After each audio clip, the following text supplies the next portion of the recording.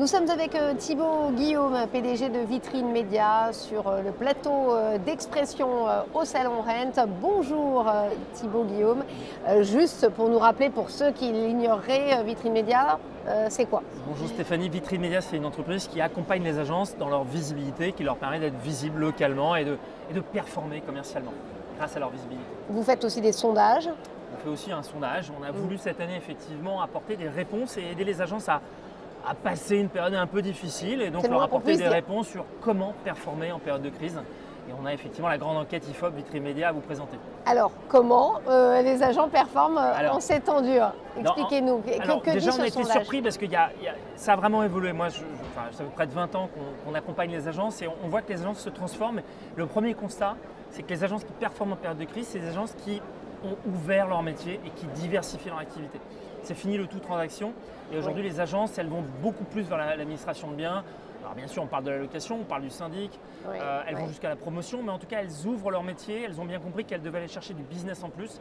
Et donc on était content de voir effectivement dans le cadre des réponses qu'on a eues dans cette enquête que près de 60% des agences font de la location aujourd'hui. Encore assez peu font du syndic, mais on voit vraiment qu'il y a une progression continue. Et donc voilà, les agences ont pris conscience qu'il était vraiment important de ne pas simplement compter sur la transaction. Donc c'est celles qui s'en sortent le mieux en cette crise du logement. Voilà, c'est la deuxième, exactement, c'est la deuxième découverte, en tout cas évidence de cette enquête, c'est que ceux qui ont diversifié s'en sortent le mieux. Il y a un lien direct entre les deux informations, mais vraiment ça c'est le premier point, diversifier son activité. On considère ou on pense parfois que c'est difficile, mais beaucoup l'ont fait et finalement ça va assez vite. On peut être accompagné sur le sujet, encore une fois, il peut y avoir des réseaux, il peut y avoir moyen d'être formé sur le sujet. Si je vous suis bien, ça veut dire que des agences vraiment extrêmement connues, il y en a plein, des réseaux d'agences, Century 21, ça peut être bon, ils le font déjà. Ça a été leur combat ces dernières années. Je sais pas, même dans le luxe, les Émile Garcin, les Barnes. Les Barnes, les Sotheby's, oui. Oui, ces gens-là, ils seront amenés à faire autre chose éventuellement, c'est ça? Alors nous on a fait une enquête auprès de tous nos clients, 16 000 clients, on a des indépendants, on a des réseaux, des groupements, donc c'est tout le monde, on n'a pas différencié l'approche, mais que ce soit les réseaux, enfin les franchises et les réseaux, je parle du grand public effectivement. En général les groupements ont eu cette démarche depuis des années. C21, je me souviens, il y a près de 10 ans, a poussé en fait, il y a eu des résultats assez impressionnants sur l'ensemble du réseau. Maintenant les agences indépendantes sont toujours un petit peu plus loin.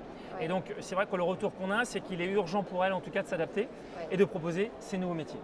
Comment vous voyez les prochains temps, l'avenir, alors sans avoir de boule de cristal? L'avenir, vraiment il y a un frémissement, ça va mieux, et, ça va beaucoup mieux. Le marché repart en septembre-octobre, sur nous on a un beau baromètre, on a encore une fois près de 16 000 clients et on sent que les agences réinvestissent. Donc là ça c'est positif et ça commence à se débloquer. Ça c'est vraiment ce qu'on ressent aujourd'hui. Donc moi mon pronostic pour l'année 2024 c'est un marché immobilier, les taux ne vont pas tomber, mais qui repart parce qu'il y a vraiment une prise de conscience de la part des acheteurs et des vendeurs que les choses qui doivent s'adapter. Donc les acheteurs, bien sûr, ils savent négocier, ils savent qu'ils peuvent avoir un meilleur prix. Et de toute façon, aujourd'hui, ils challengent les agences immobilières et les vendeurs. Et les vendeurs savent aussi qu'il faut faire des efforts et que les prix ne peuvent pas monter jusqu'au ciel. Alors sur cette enquête, j'y reviens quand même parce que c'est important. Il n'y a pas qu'une information qui ressort. La deuxième information, c'est que les agences qui performent en période de crise, elles apportent plus de services. Et donc c'est la course au service qui fait qu'une agence performe, c'est qu'elle offre davantage de services qu'une autre. On parlait de la rénovation, on en a beaucoup parlé, mais là il faut être capable d'aller loin sur le sujet et d'accompagner les clients dans ce domaine-là. C'est le gros sujet évidemment. Voilà, on peut parler de la vente interactive. Aujourd'hui, si vous êtes capable de donner envie à vos clients et de proposer la vente aux enchères, vous allez apporter un service nouveau.